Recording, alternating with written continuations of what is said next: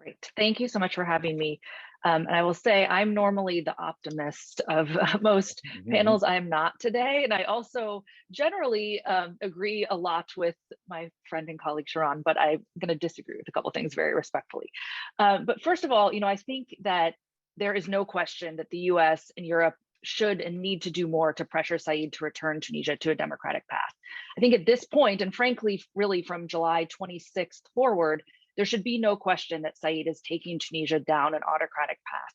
As Sean mentioned, he's systematically dismantled every independent institution, including the Constitution, and he's excluding all other voices other than his own from the political scene. And further, he's really basing his legitimacy on this false claim that he represents what the people want. But it's really clear from his hemorrhaging of support, the extremely low participation in the online quote consultation, as well as the growing number of public protests against him, that he does not actually represent the voice of the people. And even more importantly, he's not acting in a way that benefits the people. He's only acting in a way that benefits himself. His actions are actively harming Tunisia and preventing the sort of economic recovery the country desperately needs. So I think really importantly for any policymakers on the call, there's a really small but crucial window of opportunity before the July 25th referendum, which is in just about 2 months, for the international community to act. I think what we are likely to see from this new constitution is a lot of very troubling things that go very much against US and European interests, as well as, of course, Tunisian interests. First of all, consolidation of power in the hands of the president. I mean, that one's no question. We'll see a weakened prime minister and parliament, possibly also the outlawing of political parties, or at least some of the current parties, restrictions against civil society, potentially the restriction of foreign funding of NGOs, and in the worst case scenario, the removing of presidential term limits or making President Said the president for life.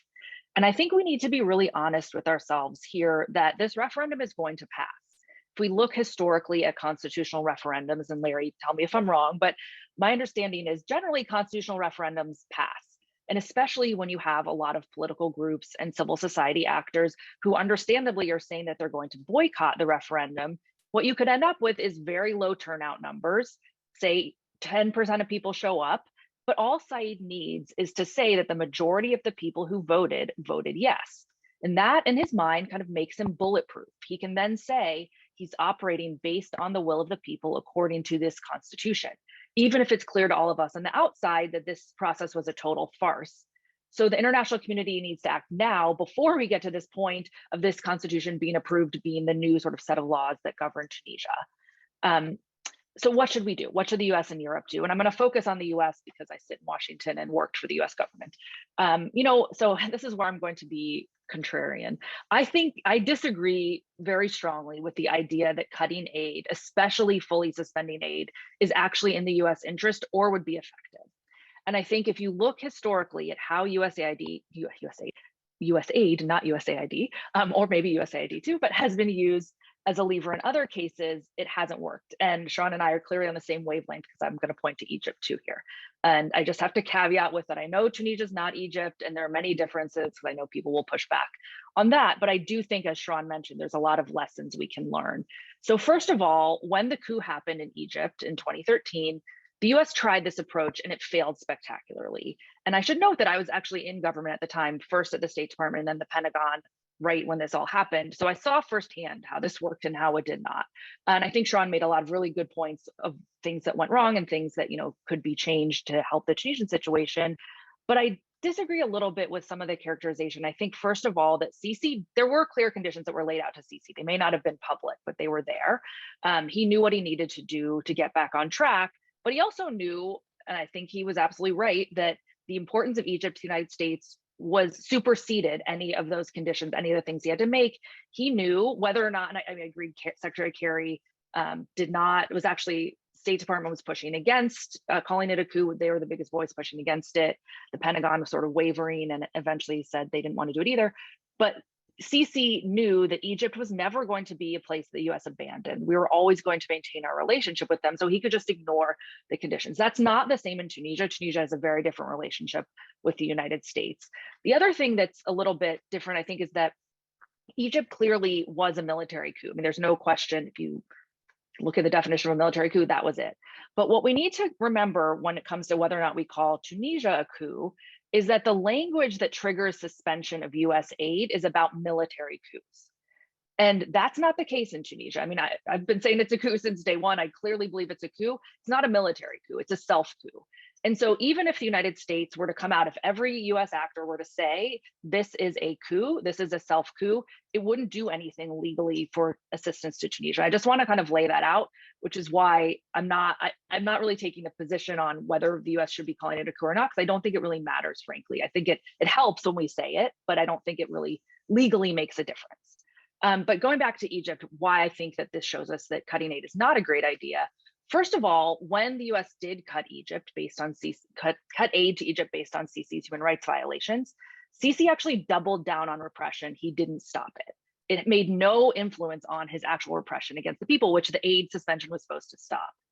But more importantly to that, when this aid package was cut, and let's remember too, this is $1.3 billion compared to about 100 million in US military assistance to Tunisia, so way more leverage than we have in Tunisia. Egypt didn't suffer. The Saudi Arabia, the UAE, and Kuwait, Egypt's Gulf friends, stepped in with nearly 10 times as much assistance as the US package that was cut. So this goes to my first point of why this shouldn't work in Tunisia. The US is not the only game in town.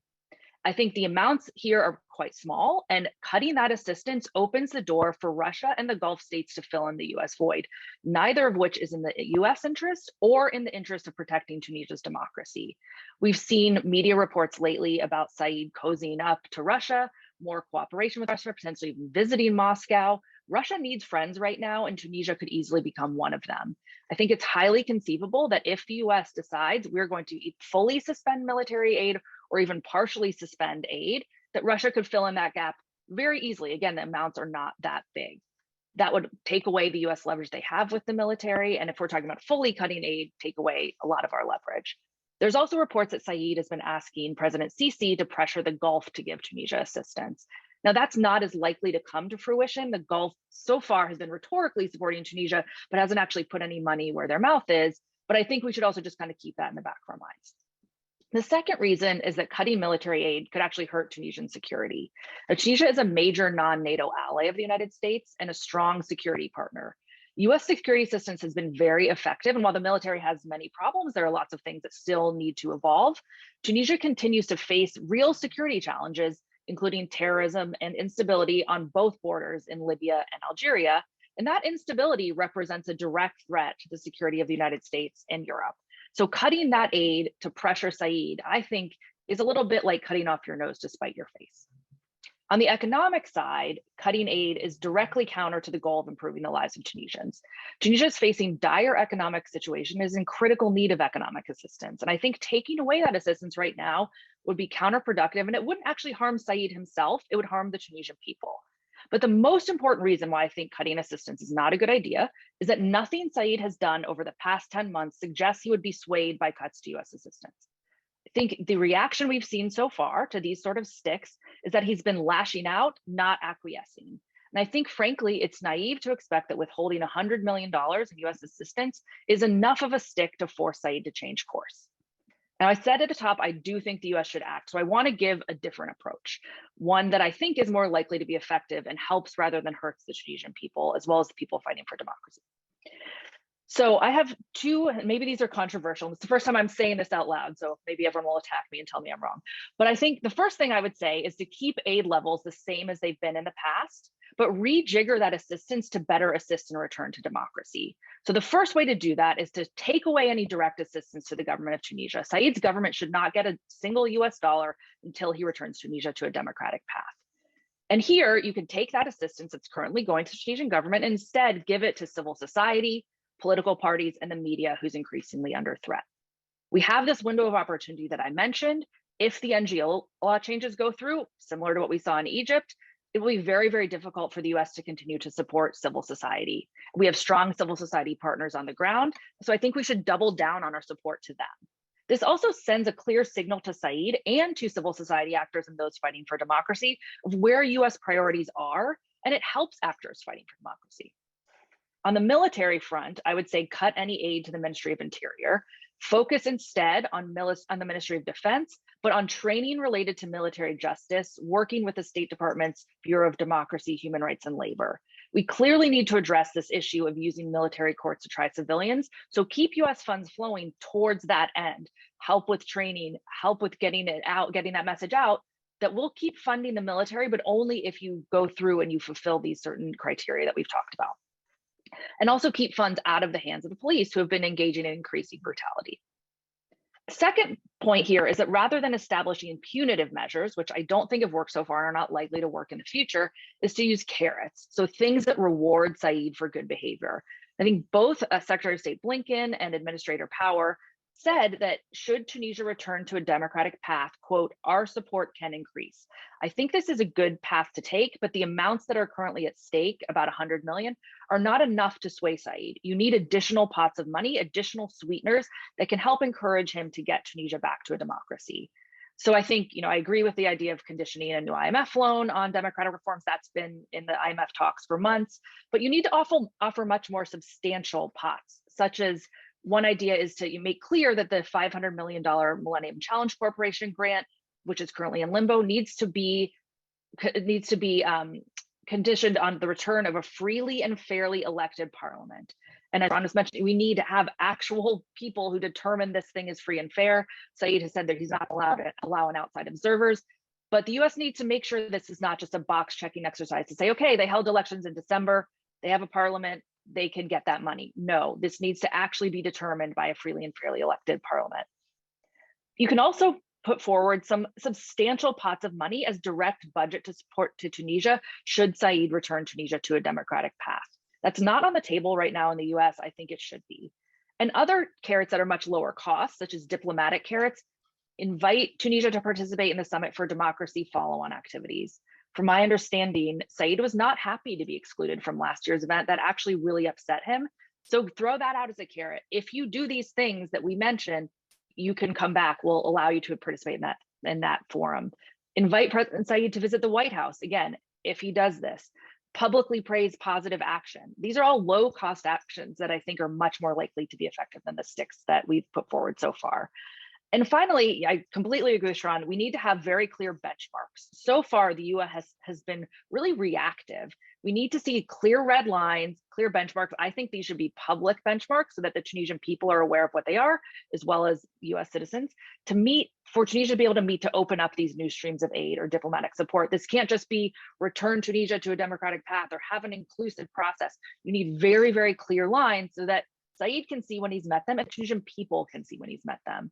And I'll just close by saying, I think that overall, continuing to support Tunisian civil society and the Tunisian people is in the US national security interest, as well as the morally right thing to do. But conversely, going forward with aid cuts that I think are likely to fail to change the dynamics on the ground could really diminish US leverage in the region and lead to further instability and economic pain that could harm the people that assistance is designed to help. So I will leave it there.